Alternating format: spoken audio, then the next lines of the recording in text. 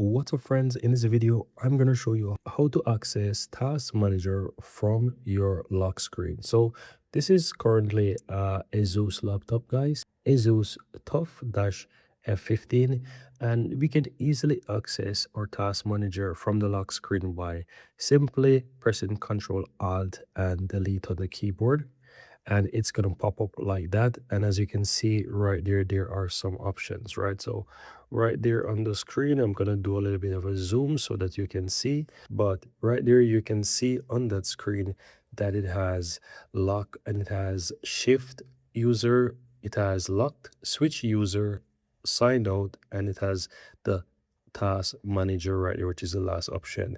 And then you can click enter there. It's going to open up the task manager now on your computer. And that's it. So this is how you can quickly access your task manager from the lock screen on your Asus machine. And that's it, guys.